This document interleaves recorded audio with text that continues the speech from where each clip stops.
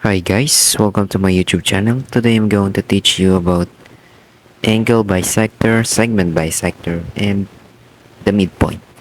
So, as you can see here, meron tayong dalawang bisector dito. Typically, ang bisector is caused by a line. So, dito tayo sa left side. Ang tawag dito is segment bisector. And dito namang nasa right is called angle bisector. As you can see, may intersection, maybe there's a line that passed through at some point dun sa segment bisector and dun sa angle sa isang angle na yan. Here, look at this. This is a line that passed through them. So, dito rin sa kabila. So, kapag nag-pass through siya dun sa ganyan, so tatawagin na lang natin siyang segment bisector. And pag sa angle naman, it will be called angle bisector. So let's call this this point of intersection Y. So dito yung intersection niya. Let me just clear this. Yeah. So meron tayong definition ng segment bisector. So RY, RY is congruent sa YS. Meaning pala ng congruent is they are actually equal. If kinuha natin yung definition of congruent things. So, example natin, if RY is measured to be 10 units, so therefore yung value ng YS is same sila. It will be 10 units then. So, in exact form, ang value ng RS, which is yung RY plus YS, is 20. So, that's the definition. That's all for segment bisector. So, what about angle bisector? Suppose na meron tayong angle ABD dito. And it will just split apart the angle and magme-make siya ng equal angles. So, angle ABD is congruent to angle DBC. Therefore, they are equal. So, angle 1 is just equal to angle 2. So, assume na lang natin yung angle 1 is angle ABD and yung angle 2 is angle DBC. So, therefore, if maglalagay tayo ng value, let's say 30 degrees. So, therefore, yung value ng theta 2 is 30 degrees then because of the definition of angle bisector. There's a line that intersects sa angle. And that's pretty much it for segment bisector and angle bisector. Now, let's move on dito sa midpoint and naglagay rin ako ng example problem so we can try it. So, sa midpoint, suppose na meron tayong midpoint dito. So, mayroon tayong line segment AC. And yung midpoint is B. So, kapag may midpoint tayo na sinabing i-define na midpoint, therefore, it will make another congruent lengths. So, yung length ng AB is actually equal to length ng BC because of the definition of midpoint. So, kapag may two column proofs na tayo, we will just do those things. So, sa problem na ito, if V is the midpoint of segment AC, what is the length of segment AB if BC is equal to 5x minus 8 and AB is 2x plus 4? So, ang length daw ng BC is 5x minus 8. So, meron tayong mga algebra dito, no? And length ng AB is 2x plus 4. So, what we need to calculate is the length of the segment AC. So, ano bang length nito? We cannot just assume it na sum ng 2x plus 4 plus 5x minus 8. Because we need to find the value of x first before having those having to assume. So, ang gagawin natin dyan is gagamitin natin yung definition ng isang midpoint. So, AB is congruent to ABC, therefore, yung AB is equal to BC. So, we can just set this equal. So, 2x plus 4 is equal to 5x minus 8. So, what we need to do right now is just do the basic math operations. So, lipat natin sa kabila yung 2x and then yung 8 dun sa kabila. So, para ma-isolate natin yung value ng x. So, what we got now is true x, right? Then what we're going to do next is just divide this by 3 and then we got 4. So, the value of x is equals to 4. So, nahanap na natin yung value ng x. So, what we need to do now is just evaluate. So, lalagay ko sa link yung, sa description yung link para sa evaluation videos ko. And basically, sana may matutunan kayo doon. So, yeah. So, ang length ng AB is 12. So, we can actually not calculate na yung length ng BC dahil they are both equal. But, just to make sure, we can just do that. So, BC is 5. Tapos, substitute natin yung 4. And minus 8 natin siya. So, 5 times 4 is 20 minus 8. So, what we have is 12. So, as you can see, AB is equals to BC. So, just a waste of time. But, this is all mathematically proven. So, what we need to do now is just add these values. And we will get the length that we need. So, AC. So, AB plus BC equals to AC. Then, ang value ng AB is 12 and value din ng BC is 12. So, therefore, it's just 12 plus 12 or 12 times 2, which is 24. So, that's the value of AC. The answer for this problem is 24 units.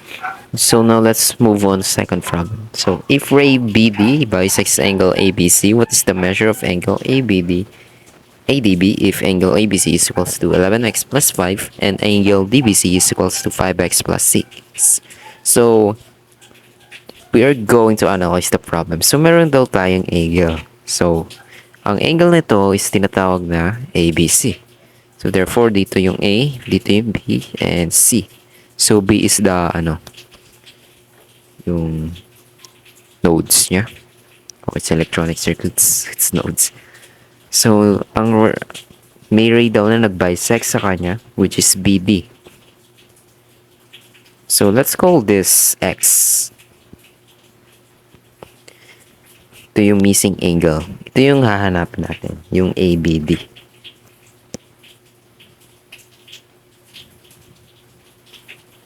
Actually, ADB yung nakalagay doon. So, yung ABC daw is a measure na 11x plus 5, which is the whole combined of angle ABD and yung angle DBC. So, yung angle DBC daw is 5x plus 6. So, therefore, lagay lang natin dyan. So, actually, we're not going to put x dito because no. 5x plus 6 rin siya dapat, right? We can use another variable but we're not gonna put anything there. So, ang angle DBC is just 1/2 of angle ABC. Right? Kasi kalahati nun is mag-equal dun sa total angle niya.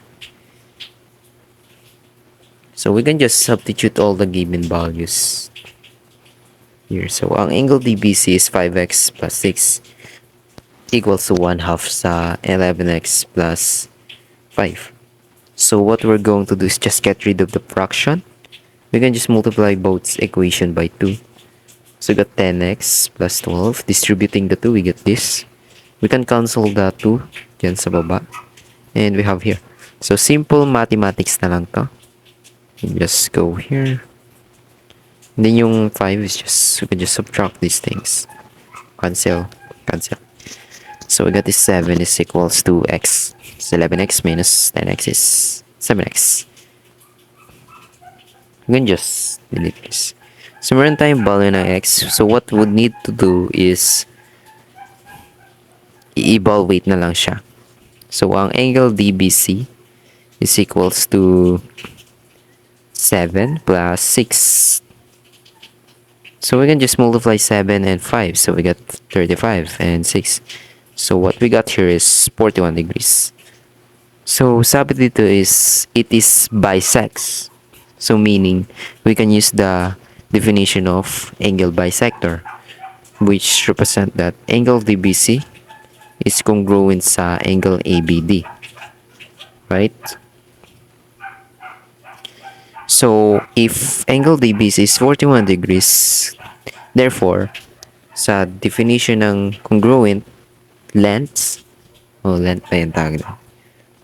Ang angle ABD is 41 degrees then. So, that's it for this problem. Now, let's move on dito naman sa last problem natin. So, this is much harder. This is just like a challenge problem.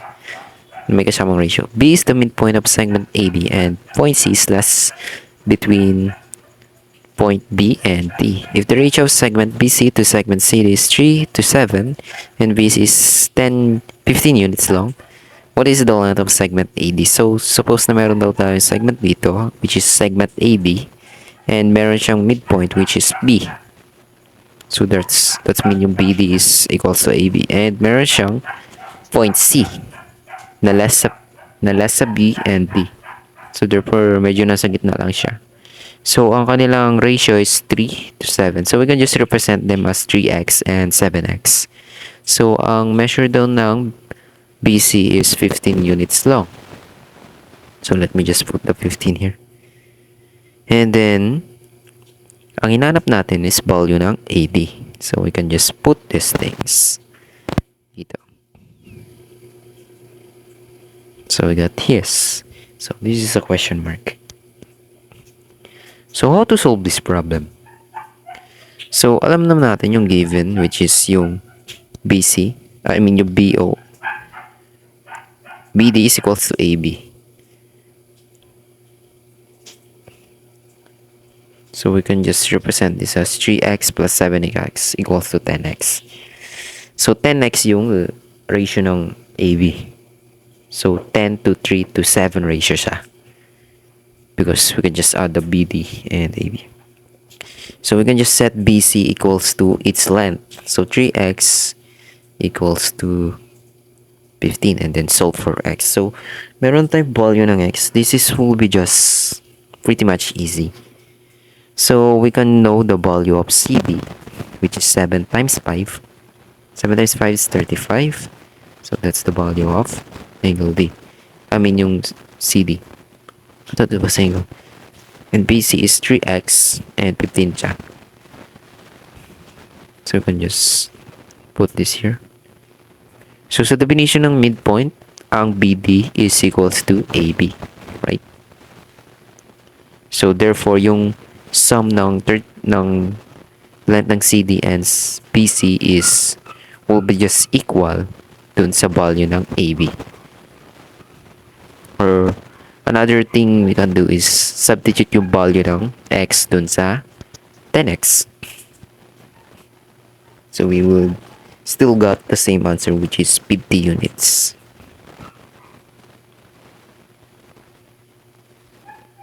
So yeah. So if the length of AB line segment yung segment from 8B and BD is 50, so therefore the sum of it is just equals to 80. So we can just add them, no? So what we will get is 100 units. So that's the value of 80. So that's pretty much it for this video. I hope you learned something. And nagla-live rin ako sa TikTok, guys, every night. So